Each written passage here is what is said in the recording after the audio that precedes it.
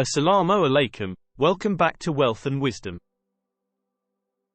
Today we are discussing the missing factor in the economic equations. We have all heard of the theorist of modern capitalism, Adam Smith. But what most don't know that he was first and foremost a professor of moral philosophy. Contrary to many assumptions, his work entitled The Wealth of Nations was not written to show us how to make a lot of money, but rather how to promote fair and equitable relationships between human beings. Rooted in ethics, the message hidden in all economic discourses has to do with human values and the kind of society we want to build. Since then, a lot of water has flowed under the bridge. Economists now tend to view morality and beliefs of the past from an amused distance. They are trained to avoid normative judgments and opinions as to what is good and bad. The reality is that we stopped giving them the mental tools to grasp the whole. Since the widespread abandonment of theology, no field of study has sought to understand the human condition as a whole.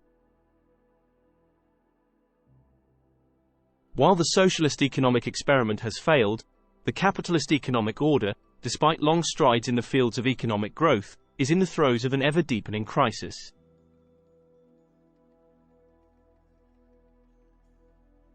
In the final analysis, again, we observe that the material advancements of the century have concealed from our eyes the persistent erosion of the moral base of human culture.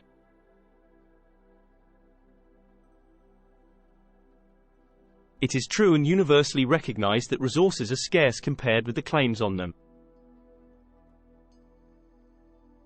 However, it is simultaneously admitted by practically all civilizations that economic justice and the well-being of all human beings needs to be ensured.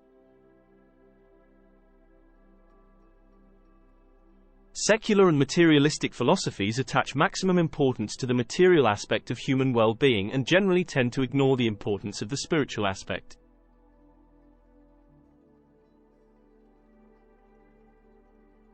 They often argue that maximum material well-being can be best realized if individuals are given unhindered freedom to pursue their self-interest and to maximize their want in keeping with their own tastes and preferences.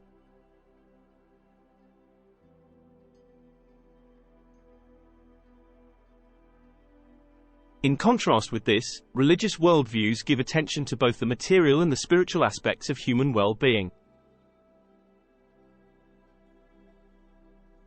There is a great deal that is common between the worldviews of most major religions, particularly those of Judaism, Christianity, and Islam.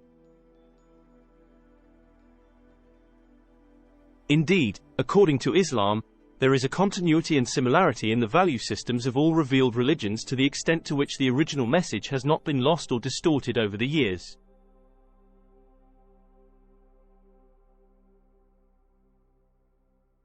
In this regard, Hazrat Mirza Bashir ud-Din Mahmud Ahmad, may God be pleased with him, who was a great Muslim scholar and leader of a large Muslim community, in his book, The Economic System of Islam, he states,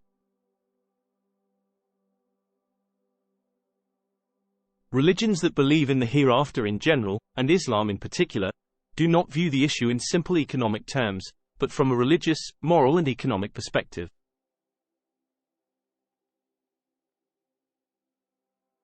Religion does not seek a purely economic solution because such a solution might interfere with the moral and religious aspects of life, which would be unacceptable.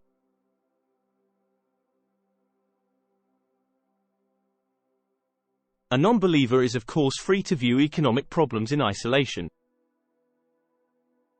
But a religious person would not judge an economic system from purely an economic perspective. He would demand an economic system that also respects his moral and religious requirements. Even though none of the prevailing worldviews are totally materialistic, there are nevertheless significant differences among them in terms of the emphasis they place on material or spiritual goals and the role of moral values in ordering human affairs.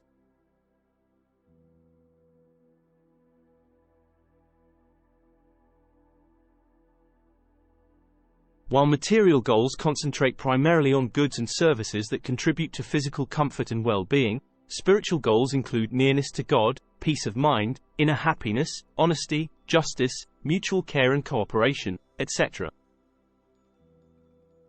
These may not be quantifiable but are unequivocally crucial for realizing human well-being. What materialistic philosophies ultimately achieve is not just the death of one god, but they suddenly bring to life a myriad of gods. Ego, self-interest, and the total commitment to serving one's own ends grow stronger and more powerful.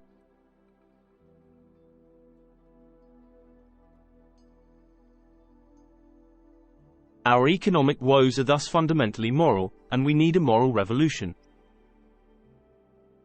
This would not be possible without a belief in a beneficent God, who is the only binding and meeting point of all forms of creation.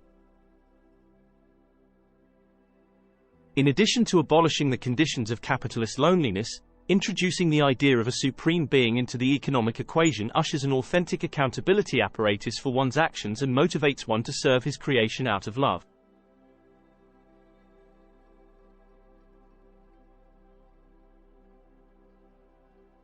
If you learn something and wish to spread more knowledge like this, don't forget to like and subscribe.